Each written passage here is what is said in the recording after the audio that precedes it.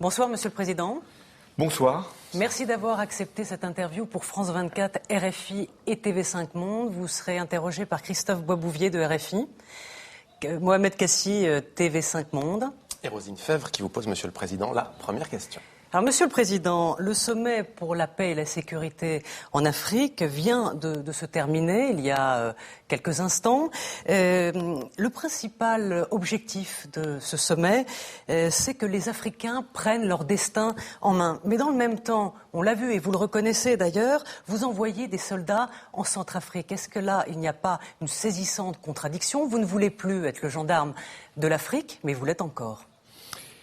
Et c'est parce que les Africains ne veulent plus faire appel à des forces amies, mais étrangères au continent africain, en l'occurrence la France, qu'ils veulent constituer par eux-mêmes une capacité d'action et de projection qui leur permettra demain d'assurer eux-mêmes leur sécurité. Et je leur ai dit que la France, et il y avait également les autorités européennes, seraient à leur côté pour former, équiper, accompagner cette force africaine qui, justement, pourrait, dans le cas que l'on connaît, la Centrafrique, celui que nous avons vécu, le Mali, agir au nom de l'Afrique sans qu'il soit besoin que des pays comme la France viennent leur porter assistance. Mais ce n'est pas la première tentative. Vos prédécesseurs l'ont tenté. Qu'est-ce qui fait que ça va marcher avec vous, Monsieur le Président ? D'abord, il y a unanimité chez les Africains. C'est condition. Ensuite, parce que les Européens, les Nations Unies sont tout à fait derrière cette initiative. Enfin, parce qu'il y a une prise de conscience. Il y a quelques années, quand il s'agissait de former des armées africaines, c'était pour soutenir des régimes qui étaient en place, le plus souvent.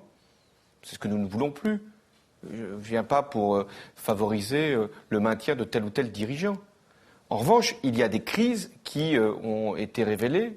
Terrorisme au Mali, conflits interreligieux en Centrafrique, déstabilisation d'un État, chaos, massacre, violation des droits.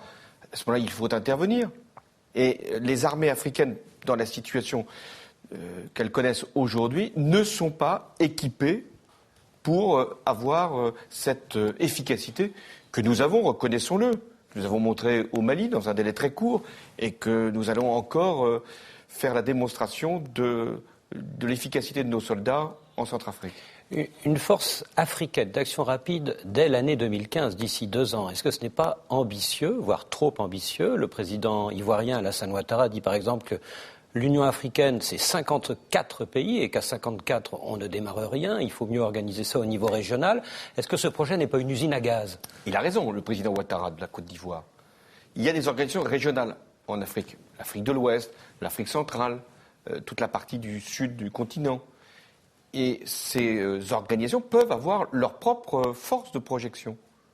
Tout cela dépendant de l'Union africaine, puisque c'est elle qui a la responsabilité de l'avenir et donc aussi du présent du continent.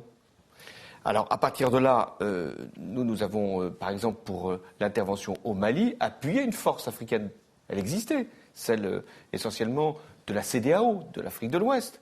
Et nous avons fait quel constat ? Qu'elle n'était pas équipée, qu'elle n'était pas préparée, qu'elle a mis beaucoup de temps avant de venir. Et si les Français n'avaient pas été les premiers, en première ligne, les terroristes auraient gagné Bamako et déstabilisé l'ensemble de la région. Donc, ce qu'il faut, c'est pas simplement avoir des armées, c'est pas simplement avoir une organisation capable de les porter, c'est d'avoir l'équipement nécessaire et la formation. Et je me suis engagé au nom de la France, et avec un financement qui pourra être européen, parce que l'Europe est à nos côtés, et la France n'agit pas seule. Je me suis engagé pour dire, nous pouvons former 20 000 soldats par an en Afrique. Et justement dans le sens de cette force d'action rapide qui pourrait intervenir dans les conflits les plus graves ou dans les crises humanitaires. Parce que moi, je ne peux pas. En 2 ans, c'est jouable. Oui, je pense que c'est jouable. Enfin, on en reparlera dans 2 ans. Mais moi, je ne peux pas accepter cette situation où, si nous ne faisons rien, il y a des massacres, comme en ce moment en Centrafrique, où il y a un terrorisme.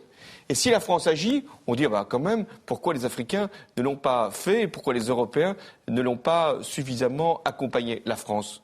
Moi, ma conscience morale, politique et ma responsabilité, parce que la France a des liens avec l'Afrique, c'est de ne pas laisser une population être atteinte dans ses droits ou dans son intégrité physique, comme c'est le cas en ce moment en Centrafrique.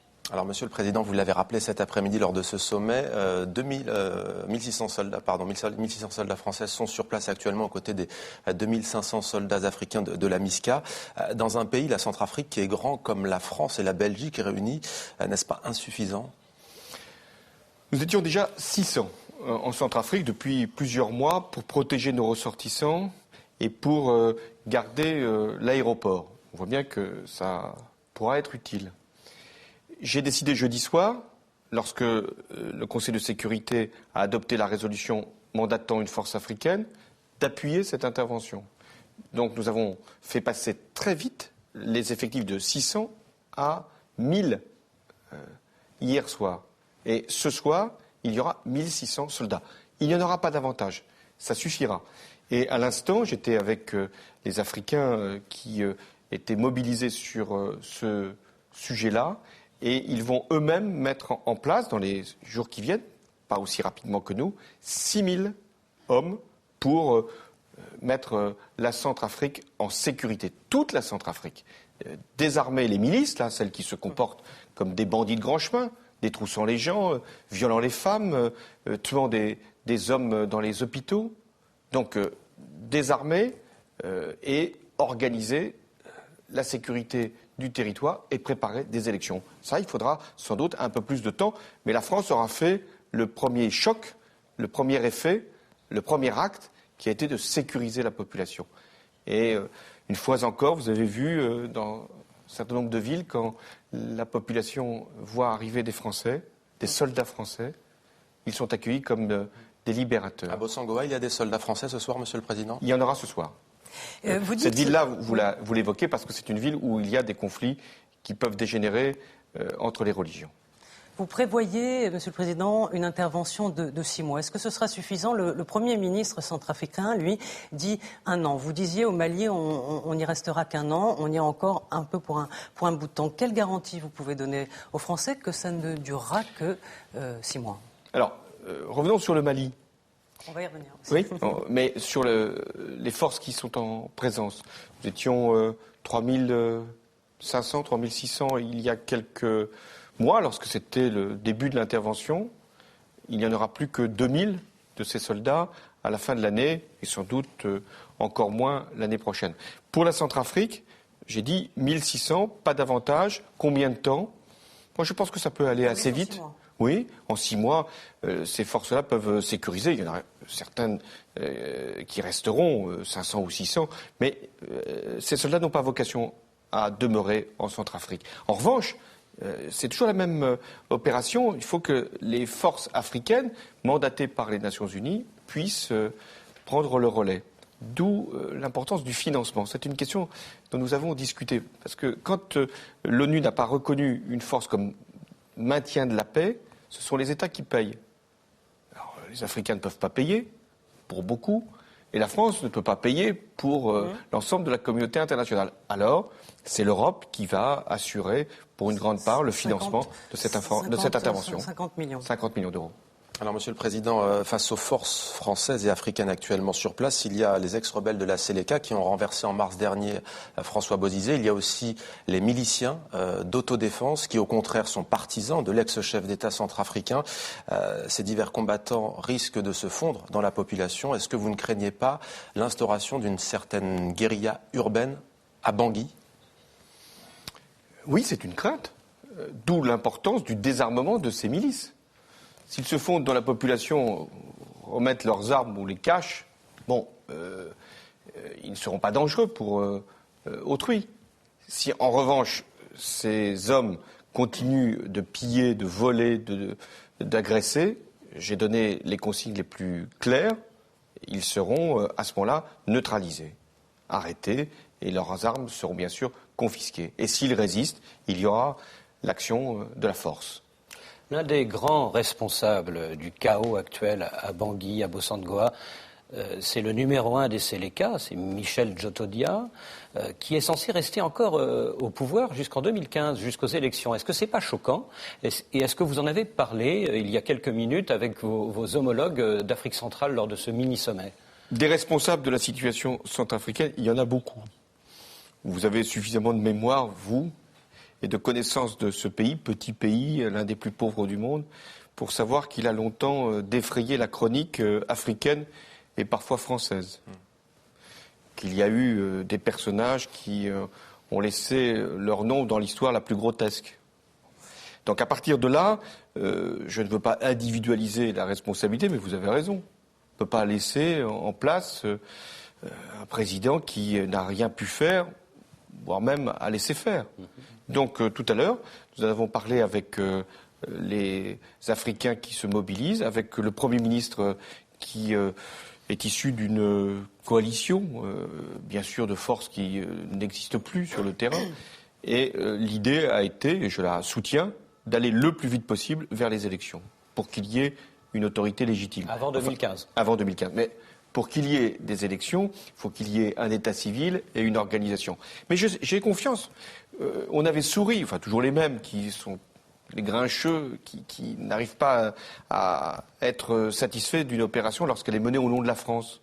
La France, elle a été capable, au Mali, non seulement d'intervenir militairement avec les Africains, de libérer un pays, d'assurer sa souveraineté et en plus d'organiser des élections. Et nous avons été très vite. J'ai donné l'ordre d'intervenir au Mali le 11 janvier. Fin juillet, il y a eu une élection présidentielle et là, il va y avoir le deuxième tour des élections législatives.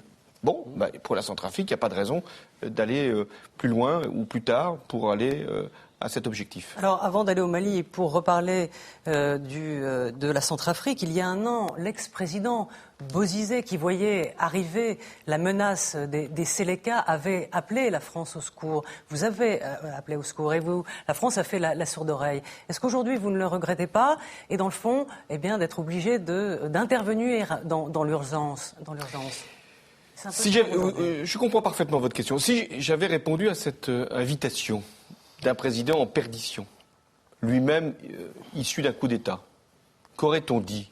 À juste raison. Que la France-Afrique était encore là.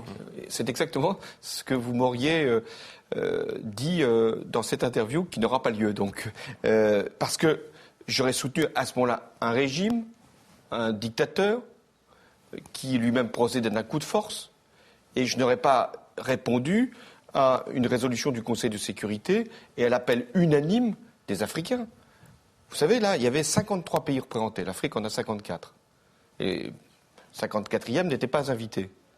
C'est le Zimbabwe, compte tenu de la situation là-bas et du pouvoir autocratique, pour ne pas dire davantage.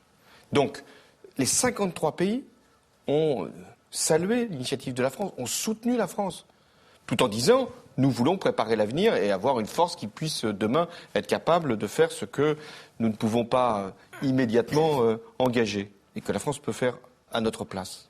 Donc, il y a l'appui du Conseil de résolution, le Conseil de sécurité, sa résolution, l'appui des Africains, l'appui des Européens. C'est pourquoi nous pouvons intervenir. Au Nord Mali, il y a 2 mois, vous avez ordonné un nouvel assaut anti-djihadiste dans la région du fleuve, dans la courbe du fleuve, comme on dit, nom de code Hydre. Est-ce que ce n'est pas l'aveu par la France elle-même que le djihadisme et le terrorisme, c'est un monstre à plusieurs têtes et qu'on n'arrive pas à en venir à bout ? Qu'il ait plusieurs têtes, ça ne fait pas de doute. Il y a plusieurs groupes. Oui, mais qui repoussent. Et qui parfois repoussent, si on ne l'éradique pas. Et je n'ai jamais prétendu que la seule intervention au Mali, au Nord Mali, allait permettre d'en terminer avec le terrorisme qui s'est installé dans une bonne partie du Sahel et notamment au nord du Mali, jusqu'en Libye, au sud de la Libye. Cette opération, d'ailleurs, a donné des résultats. Et s'il y a encore une présence française en ce moment, c'est bien pour combattre les restes du terrorisme dans cette partie-là du territoire malien. Et vous avez suffisamment souffert, vous, comme responsable de RFI, de ce qu'est le terrorisme pour ne pas comprendre que nous devons le combattre jusqu'au bout. Et d'ailleurs, nous avons identifié ceux qui ont commis ces assassinats, sur les 2 journalistes. Alors justement, Monsieur le Président, vous faites référence bien entendu à ce qui s'est passé le 2 novembre dernier, nos 2 confrères de Radio France Internationale, Ghislaine Dupont et Claude Verlon, qui étaient assassinés, on le rappelle aux téléspectateurs, après avoir été enlevés en plein Kidal. Ils ont été assassinés à 12 km de la ville. Vous dites des suspects ont été identifiés. Pourquoi est-ce qu'à ce jour, il n'y a toujours pas d'arrestation ? Identifier et arrêter, ce n'est pas le même acte. Mais identifier, c'est nécessaire pour arrêter. Et alors c'est qui ? Ce sont des terroristes que nous avions déjà repérés sur d'autres actions. Et nous avons trouvé suffisamment de pièces pour les compromettre. Nous avons arrêté un certain nombre de leurs complices. La justice malienne va être saisie, la justice française l'est aussi. Donc non seulement les enquêtes progressent, mais les opérations continuent. Et est-ce qu'il y a des chances, Monsieur le Président, qu'on les arrête rapidement ? Je ne peux pas dire rapidement. Est-ce qu'on pourra les arrêter ? Oui. Y a-t-il un commanditaire ? Il y a un groupe structuré qui a donné l'ordre de l'enlèvement. À Kidal ou à l'extérieur de Kidal ? À l'extérieur de Kidal. Pardonnez-moi, Monsieur le Président, on sait qu'au mandat précédent, il y avait eu une polémique sur le travail et l'exercice des journalistes. Est-ce qu'aujourd'hui, vous donneriez un conseil aux journalistes ? Est-ce qu'il faut continuer à aller en zone de conflit, quitte à prendre des risques ? Vous savez que les 2 journalistes qui ont été assassinés avaient demandé une autorisation qui leur a été accordée d'ailleurs par l'état-major de la force africaine. Nous les avions prévenus des risques, mais vous exercez votre métier dans des zones à risque. Le conseil que nous donnons, c'est plutôt de ne pas aller là où c'est dangereux. Mais il y a aussi le principe de la liberté d'information. Et après, c'est aux rédactions de savoir jusqu'où aller ou ne pas aller. Je rappelle qu'il y a aussi 4 journalistes français qui sont retenus en Syrie comme otages déjà depuis plusieurs mois. Alors, on reste sur le Mali et avec, vous le disiez, l'opération militaire a été un succès. Mais au nord de Kidal, eh bien, cette ville échappe toujours aux autorités maliennes. Et j'imagine que vous avez lu avec intérêt l'interview du président malien, Ibeka, qui critique la France en disant que, dans le fond, elle ménage le MNLA, les Touaregs, pour vous aider dans les prises d'otages. Qu'est-ce que vous lui répondez aujourd'hui ? Lorsque nous avons fait l'opération au Nord Mali, et notamment à Kidal, le MNLA, ce groupe, qui est un groupe qui a à un moment prétendu à l'indépendance du Nord Mali, a été un auxiliaire pour la reconquête. Mais aujourd'hui, le président malien a raison. La souveraineté du territoire suppose que tous les groupes, même ceux qui ont participé à des combats contre les terroristes, déposent les armes et rentrent dans un processus politique. Il a raison. Maintenant, c'est la politique qui doit faire valoir ses droits. Il y a des élections législatives, il y a un dialogue qui doit se faire entre les autorités du Mali, le président et le gouvernement malien, et les Touaregs ou ceux qui vivent dans le Nord. Ce dialogue doit se faire sans armes. La France ménage les Touaregs ? Est-ce que la France ménage les Touaregs ? La France dit qu'il est nécessaire de dialoguer, mais la France dit également que le dialogue se fait sans les armes et que les seules autorités légitimes à utiliser la force, ce sont les Maliens, c'est-à-dire le président malien. Alors la France est présente à la fois au Mali et en Centrafrique. Une loi de programmation militaire prévoit de réduire les effectifs de la défense nationale de plus de 30 000 hommes d'ici 2019. Est-ce la dernière fois que la France est capable d'être à la fois sur 2 fronts ? Non, la preuve, nous sommes capables en ce moment même... si la loi de programmation prévoit. Non. Nous avons maintenu la capacité de projection. Dans cette loi de programmation militaire, il y a 3 principes fondamentaux. 1, la dissuasion nucléaire. Ça, c'est ce qui permet à la France d'être respectée et de pouvoir répondre à toute attaque qui pourrait se faire, qui menacerait notre territoire national.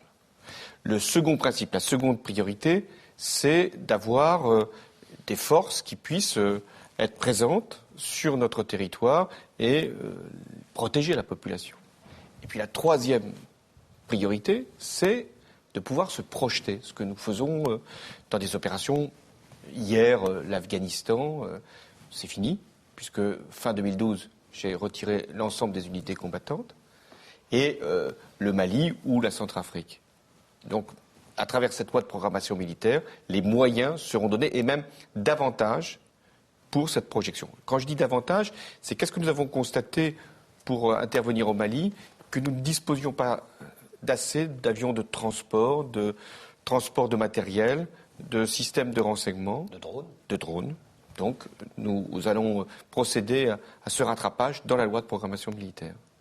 Combien va coûter cette guerre en Centrafrique? Vous l'avez chiffré? Nous pensons qu'elle ne doit rien coûter à la France, puisque je vous ai parlé d'un financement européen. Ensuite, ça sera dans le cadre d'une opération de maintien de la paix, et donc ce sera le système des Nations Unies qui prendra en charge les frais que nous pourrons éventuellement constater dans cette opération. Serval a coûté combien? À peu près 400 à 500 millions d'euros. Alors, Mais tout cela peut paraître beaucoup, et quand on a des contraintes budgétaires, vous les connaissez, lorsqu'on demande des sacrifices aux Français, lorsqu'on renonce à certaines dépenses, beaucoup pourraient se dire, mais à quoi ça sert? Pourquoi la France est-elle au Mali? Pourquoi la France va-t-elle en Centrafrique? Mais nous devons nous poser une question qui va au-delà de ces chiffres. Quel est le rôle de la France? Quelle est la mission de la France? Quelle est la responsabilité de la France? Quelle est la grandeur de la France? C'est de pouvoir être une puissance mondiale.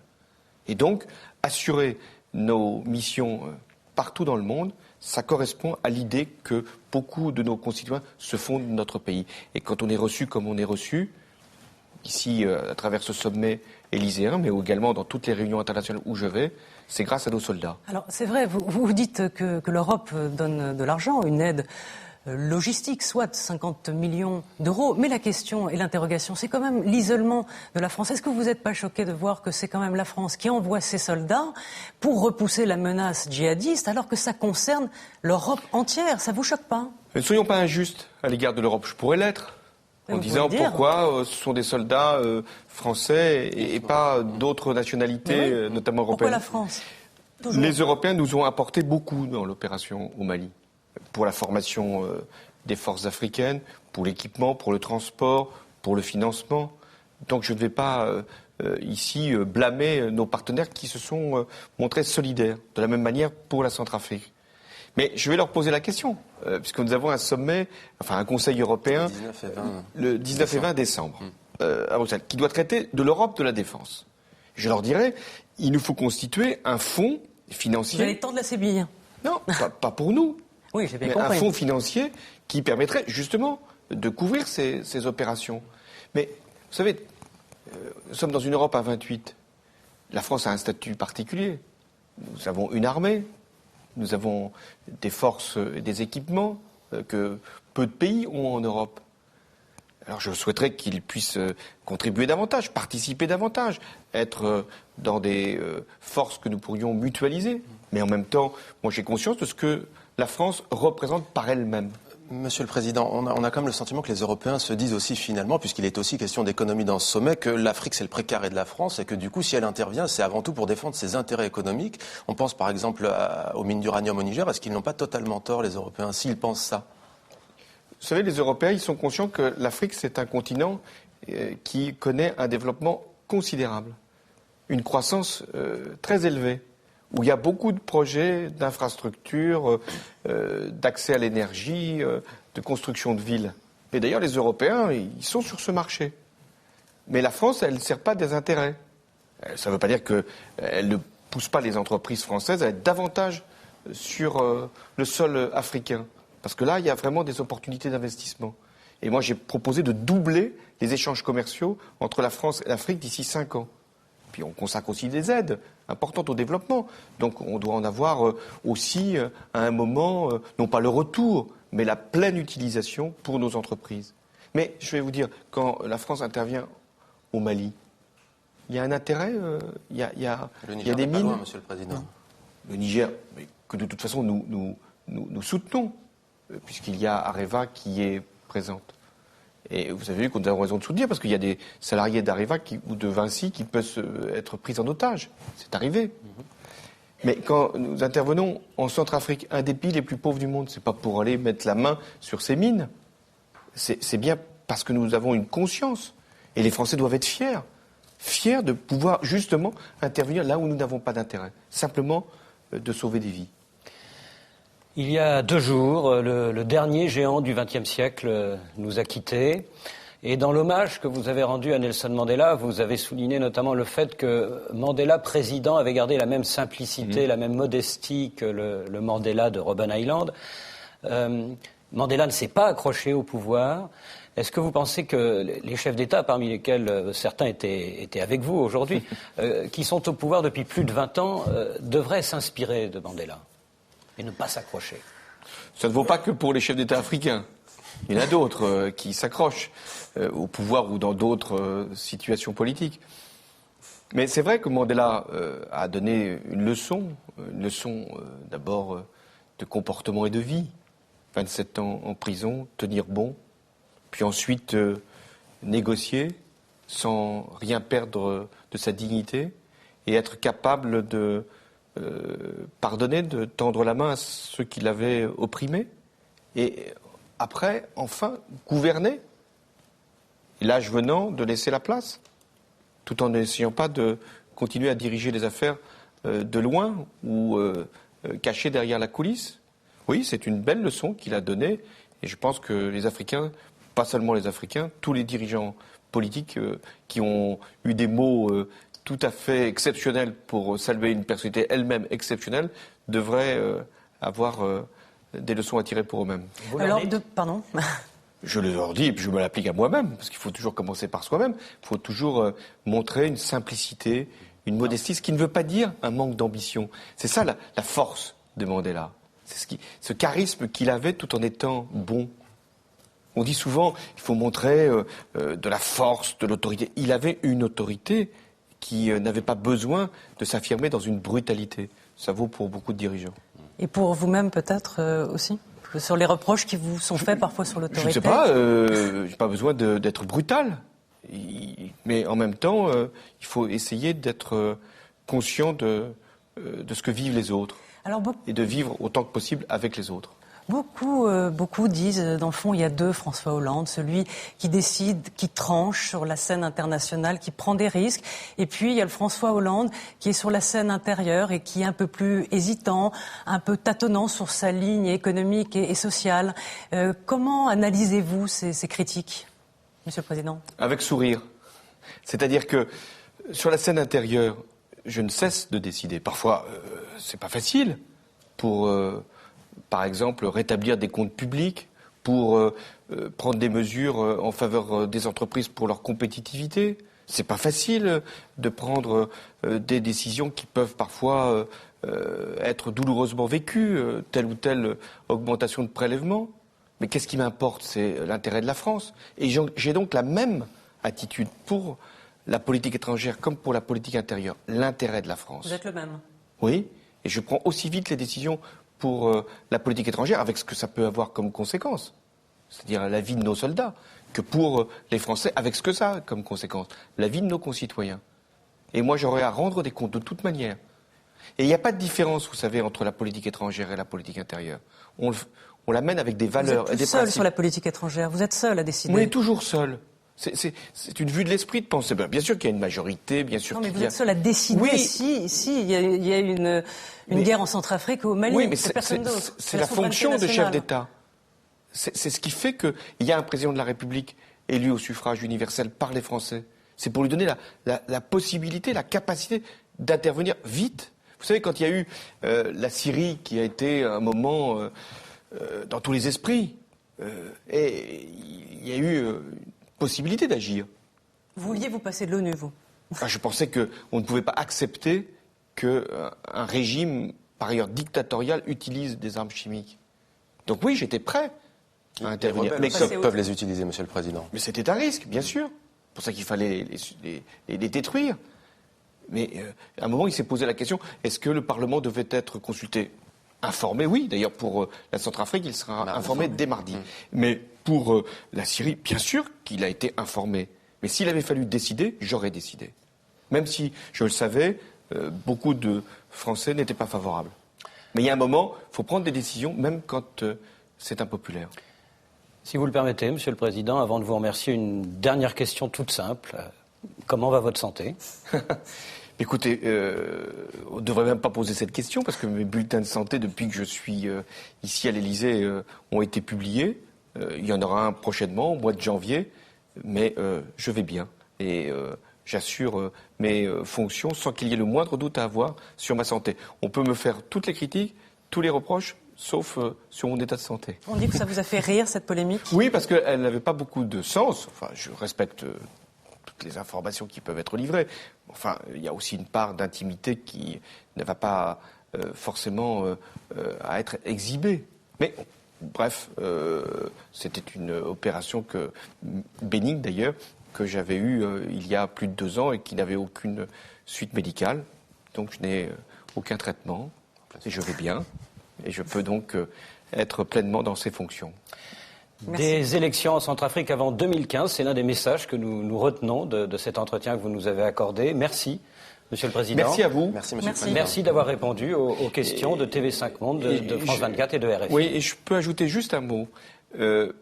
Quand j'ai rencontré nos ex-otages, les 4 d'Arlit et Francis Collomb, qui s'est évadé lui-même du Nigeria, ils m'ont tous dit, qu'ils écoutaient RFI et qu'ils avaient donc un lien.